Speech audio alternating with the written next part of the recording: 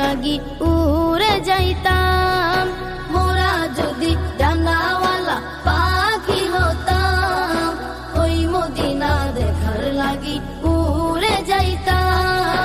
হৃদয় জুড়ে দেখতাম আমি, হৃদয় জুড়ে দেখতাম আমি নয়ন ভরে, দু জাহানের বাদশা নবী কমলিওয়ালা রে, দু জাহানের বাদশা নবী কমলিওয়ালা রে, দু জাহানের বাদশা নবী কমলিওয়ালা রে, দু জাহানের বাদশা নবী কমলিওয়ালা রে।